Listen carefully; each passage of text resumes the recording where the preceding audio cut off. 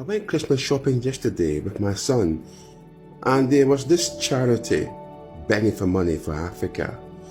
I told him to piss off. Africa is not poor, it has plenty, it doesn't need help. So my son then asked me, why did you say no to him, Dad? So I showed him this. Good afternoon. I am Malens, and I come from the richest country in the world. It is located in the richest continent in the world, in the west of the richest continent. My country is called Sierra Leone. On the surface, we are blessed with infinite beauty and abundance of flora and fauna, producing the most exquisite harvest of coffee, cocoa, fruits, vegetables, and caoutchouc. You name it, we've got it. We also have diverse wildlife and vast marine resources, and waterfalls and rivers that run into the most beautiful beaches.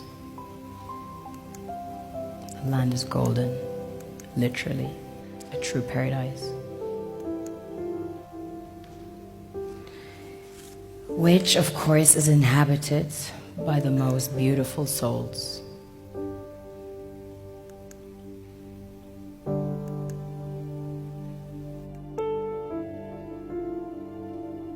We have a very strong cultural heritage. In fact, Sierra Leone had the first sub-Saharan university. Prior to that, there was one in the kingdom of Timbuktu, which was the first university in the world, succeeding the great Gnostic schools of Egypt and Osiris. On a deeper level, we are blessed with the real treasures the kings and queens of this world desire.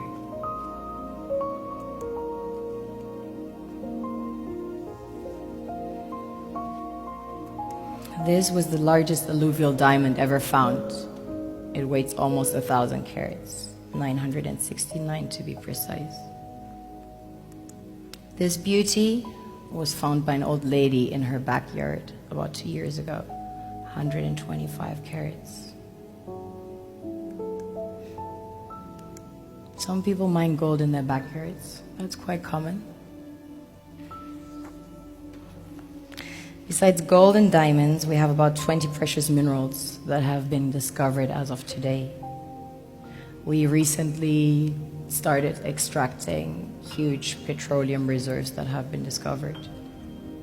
We have platinum, ilmenite to make titanium, rutile to coat jets, iron ore, the largest iron ore deposits in Africa, the third largest in the world. Tantalite, also known as coltan, used in your mobile phones and computers. Bauxite for aluminium production. Zinc, chrome ore, copper, coal, phosphates, potassium, salt, lead, granite, asbestos, nickel, zircon. Furthermore, we have exquisite timber like mahogany, antique, and we have the most beautiful stamps in the world. Of course, the West needs Africa's resources most desperately to power airplanes, cell phones, computers, and engines. And the gold and diamonds, of course, a status symbol to determine their powers by their core and to give value to their currencies. One thing that keeps me puzzled, despite having studied finance and economics at the world's best universities, the following question remains unanswered. Why is it that 5,000 units of our currency is worth 1 unit of your currency, where we are the ones with the actual gold reserves? It's quite evident that the aid is in fact not coming from the West to Africa, but from Africa to the Western world. The Western world depends on Africa in every possible way, since alternative resources are scarce out here. So how does the West ensure that the free aid keeps coming? by systematically destabilizing the wealthiest African nations and their systems, and all that backed by huge PR campaigns, leaving the entire world under the impression that Africa is poor and dying and merely surviving on the mercy of the West. Well done, Oxfam, UNICEF, Red Cross, Life Aid, and all the other organizations that continuously run multi-million-dollar advertisement campaigns depicting charity porn to sustain that image of Africa globally. Ad campaigns paid for by innocent people under the impression to help with their donations. While one hand gives under the flashing lights of cameras, the other takes in the shadows. We all know the dollar is worthless, while the euro is merely charged with German intellect and technology, and maybe some Italian pasta. How can one expect donations from nations that have so little? It's super sweet of you to come with your colored paper in exchange for our gold and diamonds. But instead, you should come empty-handed, filled with integrity and honor.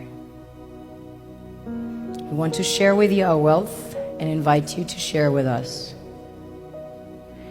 The perception is that a healthy and striving Africa would not disperse its resources as freely and cheaply, which is logical.